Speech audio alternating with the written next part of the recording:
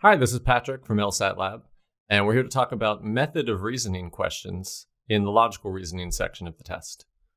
These are only about 2 or 3 per test. If you're doing a flex test, then you might only see one of them. And they come in a couple different forms. We're going to talk about how to spot them, what our process should be, what different types of methods show up over and over again. There are only maybe 8 to 10 types of ideas that they're really testing on these questions. And of course, we'll look at how they're going to tempt us with trap answers and some quick ways to find reasons to get rid of answers. All right, let's check out an example of a method question. Which of the following most accurately describes the method of reasoning? This one's a little bit different. By asking us, how did this argument proceed? It's asking us, how did we get there? What was our method? By asking us, how did somebody respond? They're sort of saying, how does it function? In what way did they disagree or agree? What kind of evidence did they produce? These questions are all about matching, so any answer is correct if it matches.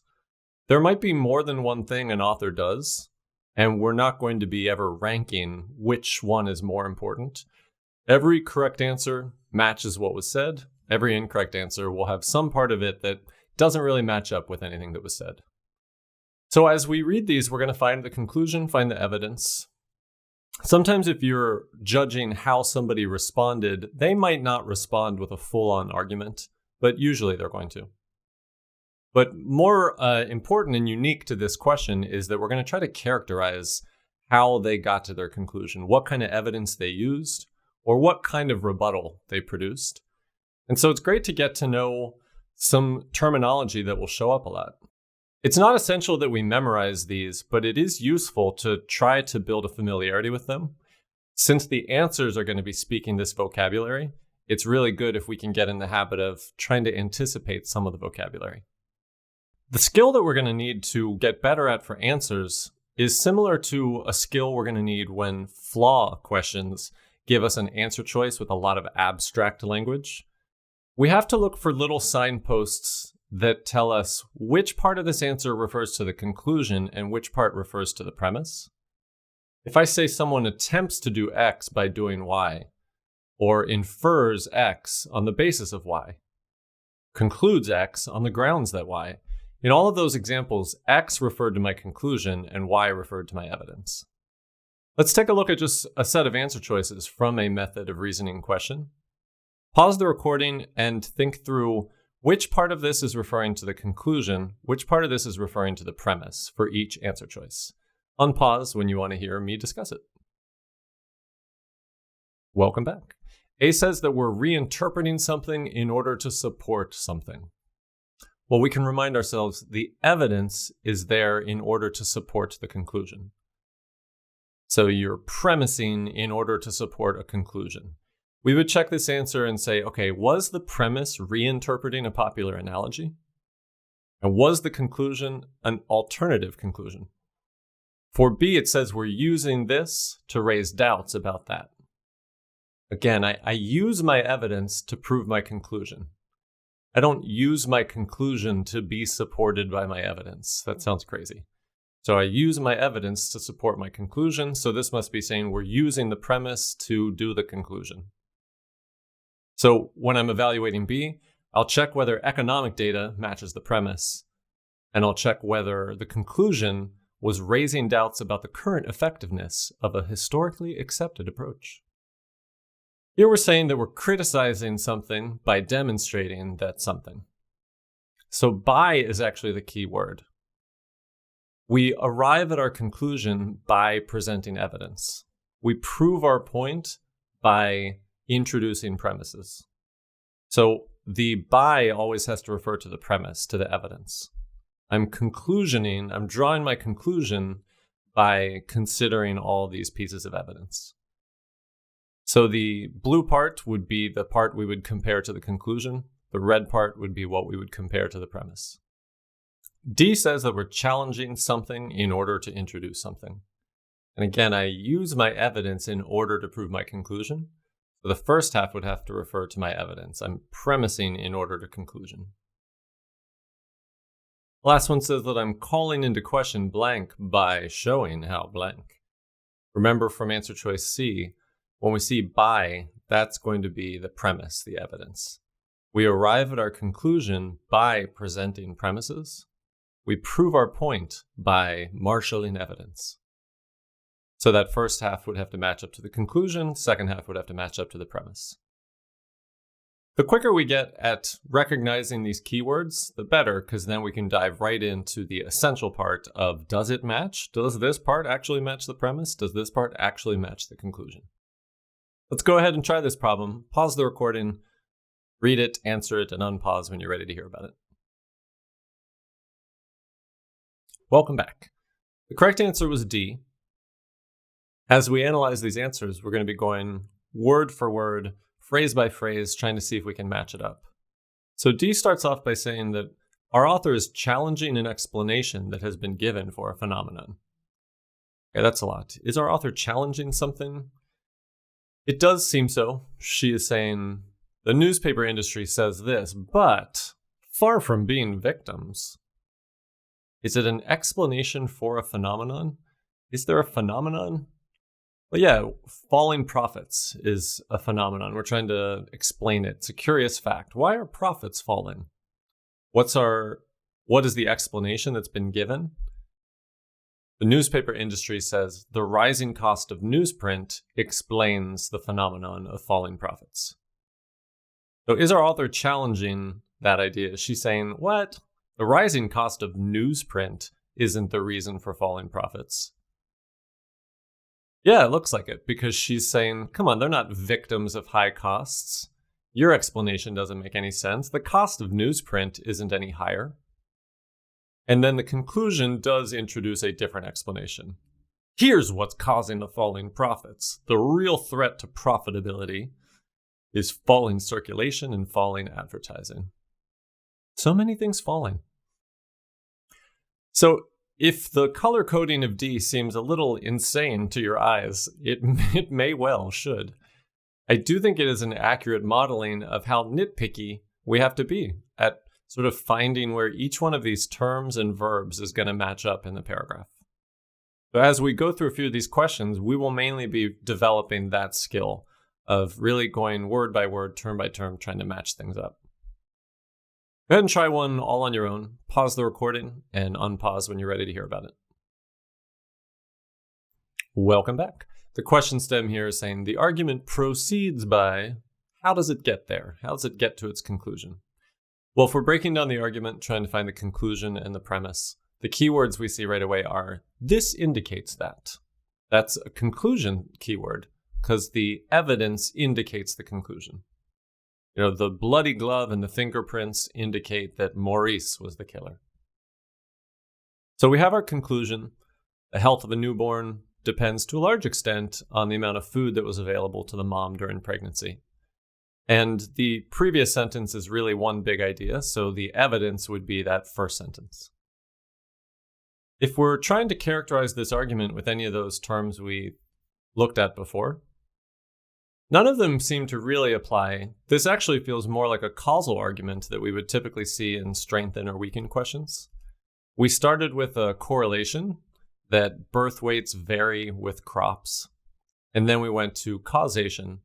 So this isn't providing an alternative interpretation, but it is providing a causal interpretation. We think that the crops actually had a causal influence on the birth weight.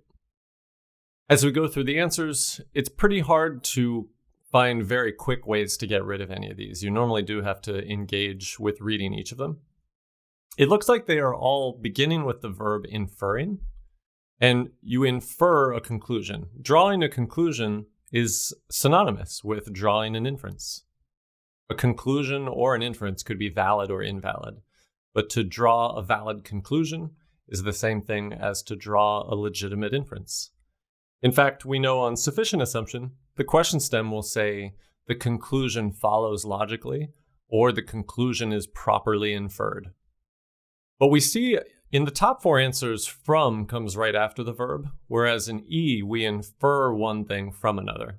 So we want to make sure we're thinking about that syntax.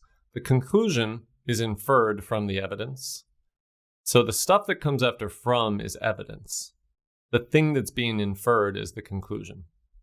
So as I look at A, does the premise have a claimed correlation between two phenomena? Yeah, it claims that there's a correlation between birth weight and the success of the previous year's crops. Does the conclusion say that two other phenomena are causally connected? A little weird, but yeah, it does. It actually, the conclusion doesn't say, so successful crops cause heavier babies. Instead, it says the health of a newborn. So that's different from their weight. And then instead of saying the success of that year's crops, it says the amount of food available to the mom. Obviously, birth weight is related to health, and the success of that year's crops is related to food supply, but they're not equivalent. They are different things. So A seems to be accurate. If we were in a big hurry, we could feel fine picking it and moving on. As long as it matches, it's correct. Let's keep A. According to B, the premise said that two phenomena have fluctuated together. I can buy into that. The more successful the crops, the higher the birth weights. That sounds like they do fluctuate together. And so supposedly the conclusion is that one of those phenomena is the sole cause of the other. Well, first of all, as we noticed with A, the conclusion is actually no longer speaking about crops and weight. It's now talking about health and food availability. So B is already going to be wrong because according to B, the conclusion is still referring to those same two phenomena. B thinks that the conclusion is saying, therefore, the previous year's crops entirely determines birth weight. And of course, that does not match our conclusion. Let's get rid of B. C says that the premise is records concerning a past correlation between two phenomena. I'm all in, C. That's definitely correct. There are records showing a past correlation between crops and birth weight. That means that our conclusion should be a claim that says, so there is still a correlation between crops and birth weight. Our conclusion does not say correlation, depends on is a causal verb. And again, we're not talking about the same two things anymore. So our conclusion is no longer saying, yep, and so this indicates that even today, crops and birth weight are still correlated. That doesn't sound anything like our conclusion. Let's get rid of C. D has some interesting grammar. In the earlier ones, it said, we inferred from claim 1 that claim 2 would be true. And D is just saying, we inferred from claim 1, claim 2.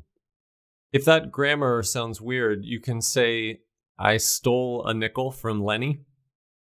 But you can also say, I stole from Lenny a nickel. But that's what they're doing here. I inferred from records the existence. Okay, so does the blue match the premise? Sure, there are records concerning two phenomena, birth weight and crops.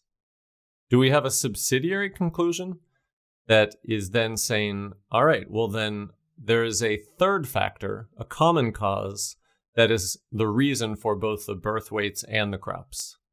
Our author does not introduce some third thing that is causing both birth weight and crops. So we could get rid of it at that point. There is definitely no hypothesis about that common cause because there is no third factor that is causing those other two things ever mentioned. Let's get rid of D. E also has a three-part argument, which doesn't seem to match this at all. We're inferring the green from the blue, and then going from there to provide an explanation. That would mean that the green is like an intermediate conclusion, and that the red is our ultimate conclusion. So let's look at the green and blue. Are we inferring the existence of a causal connection? We are. In the red, we are inferring a causal connection between amount of food available to the mom and the health of a newborn. Is the evidence itself a separate causal connection? No. The blue evidence is a correlation. It's not a causal connection. So we could get rid of E just from reading those first two ingredients and seeing that the blue doesn't match. The blue was a correlation, not a causal connection. So the answer was A. Here's another one to try. This time we're going to be tested on how somebody responded. Pause the recording and unpause it when you're all done. Welcome back. In order to understand a response, you do need to usually understand the first paragraph. So if we think about what the critic was saying, we see her saying, "You had another bumbling forecast, didn't you?" How do I know? Well, you said, if economic policies don't change, we're headed for a recession. But there hasn't been a recession. The economic growth is even stronger this year than last year. Our second guy defends himself. That wasn't bumbling. What happened is the economic policies did change. So, my prediction no longer applies. The fact that we're not having a recession makes total sense to me. They actually took my advice. All right, easy enough to understand. How would we characterize that in any sort of wording similar to this? We could say that this second person is making a distinction. He's saying, hey, the recession was based on us not doing anything. Whereas the distinction I want to make sure you're aware of is, in reality, we did do something. So we're not living in that hypothetical world that my prediction was talking about. We could also describe that perhaps as bringing up overlooked information, which is, hey, critic, I don't know if you realize this, but they did change the economic policies. So therefore, my prediction no longer has any meaning. I was warning what would happen if we didn't do that. If we did do it, then that doesn't mean anything about my prediction. Let's look at the answer choices. A says that we were indicating that the state of affairs on which the prediction was conditioned did not obtain.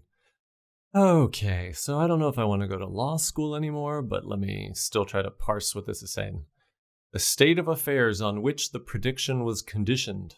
All right, let's take this in bite-sized pieces. I know the economist made a prediction. Was it conditioned? What does that mean? When we look at the prediction, it says this economy will go into recession if we don't change our policies. The if makes it a conditional statement. If we don't change our policies, we'll get a recession. So maybe that's what they mean. The prediction was conditioned. There was an if. It was conditional logic. All right, what was the state of affairs on which the prediction was conditioned? They just mean the trigger. Like, what was the conditional trigger? So the state of affairs was that if current policies aren't changed, then my prediction will follow. All right, so now that we understand what we're referring to, we're saying that the second person indicated that the green thing didn't happen. Did not obtain is just a fancy legalese thing for did not apply, sort of like did not pertain. Is our economist saying that the economic policies were not changed is not applicable? Yes. Our economist is saying, hey, they did change economic policies. The trigger wasn't triggered. I only made a prediction that said if we don't change, but we did change them. So the state of affairs where I was predicting recession doesn't apply. Again, A seems to match up. So if we were in a hurry, we should go ahead and pick it. If it matches, it's right. And it's possible to match everything up there. Moving on to B, it says that the second person was distinguishing between two types of predictions. One that hasn't yet been proven right and one that has been proven wrong. Well, the prediction was that we would go into a recession. We haven't yet. I don't know whether to say that this is a prediction that has already been proven false or if it just hasn't come true yet. The prediction was kind of unspecific. The economist said, we'll go into recession soon. If soon means within the next year, then yeah, this has already turned out to be incorrect. But if the prediction just meant, in the next few years, we could say, well, this prediction isn't correct yet, but it still could be. But in either case, our economist isn't saying anything like this. Our economist, the words in the economist paragraph have nothing to do with, well, look, I haven't been proven right yet, but that doesn't mean I've been proven wrong. One day I might be proven right. Our economist is saying, my prediction is a moot point because they actually heeded my warning and changed the economic policies. There's nothing in the economist's claims that sound like he's making a distinction between a prediction that at some point might still come true and one that has already been proven wrong. C says that our economist was showing that the first person had mutually inconsistent statements. And a lot of students aren't super aware of what that phrasing means, but when you say things are incompatible or inconsistent, you actually mean they're contradictory. The words inconsistent and incompatible sound kind of soft. They don't sound like a terribly charged accusation. But contradictory is a pretty dramatic accusation. You contradicted yourself. Naturally, nothing our economist said sounds anything like, hey, critic, you contradicted yourself. So there's no way to match up the idea of contradiction. D says that we offered a particular counterexample to a general claim. Well, was there a general claim asserted by the critic? Doesn't seem that general. It's yet another of your forecasts. So we're saying about one specific new prediction of yours in a long line of terrible ones. Last year, you predicted something about this year. That doesn't sound general to me. That sounds extremely specific, like it applies to one and only one instance. A general claim would be something like, all Harvard students got at least a 170 on their LSAT. A counterexample would sound like, Vanessa's a Harvard student. She didn't score a 170. Counterexamples to conditionals always sound like the left side was true, but the right side wasn't. The counterexample is saying, being in Harvard doesn't prove 170. I've got an example of Harvard, but not 170. So if we were really trying to force this one, we could say, all right, well, maybe the conditional is a general claim that if the policies don't change, there's a recession. A counterexample would say the left thing was true, but the right thing wasn't. A counterexample would say the policies didn't change, but there wasn't a recession. But that's not at all what our economist was saying. He was saying the policies did change. That's why there wasn't a recession. So even if we really stretched what the critic said to make a general claim, we definitely don't see the economist bringing up a counterexample. Our economist is saying that conditional no longer applies because the trigger didn't happen. We did change the policies. E is the most common trap answer that you see in describe the response. We know on LSAT that we're almost never going to falsify the premises. So you should still be dubious when you see that answer choice that's saying that somebody on LSAT offered evidence denying the truth of a premise, especially of a factual premise. What are the critic's factual premises? I mean, she basically said economic growth is stronger this year. That's measurable, that's factual. Did our economist say, that's not true, economic growth isn't stronger? No, not at all. Our economist agrees with that factual premise. Yes, of course, we're doing great. No recession at all. Thank goodness they changed policies like I suggested. So our correct answer is A. We want to be as specific as possible about which wording in each answer choice we weren't able to match up, in the hopes that it'll stick out to us even more quickly in the future. The question stems can say, what was the method? How did it proceed? How did this person respond? What technique or strategy did they use? The most important new step or skill to develop here is step 3 and 4. When we're trying to characterize what happened, you want to remind yourself of some of the available terminology that we typically use. When you're trying to describe to yourself what happened, you want to remind yourself of some of the common options for what types of methods LSAT traditionally tests. And when it comes to getting better at these answer choices, it's all about finding the verbs or keywords or prepositions that indicate which part of this answer refers to the premise, which part of this answer refers to the conclusion, because our job is just to figure out whether each of those parts matches up.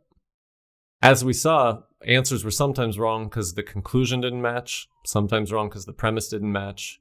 Sometimes they had words that were too strong, like refute or guarantee. And of course, sometimes they will just go the opposite of what actually happened. All right, thanks a lot for spending time with us. If you want to check out any of our other YouTube videos, please do. And please visit us on lsatlab.com. See you later.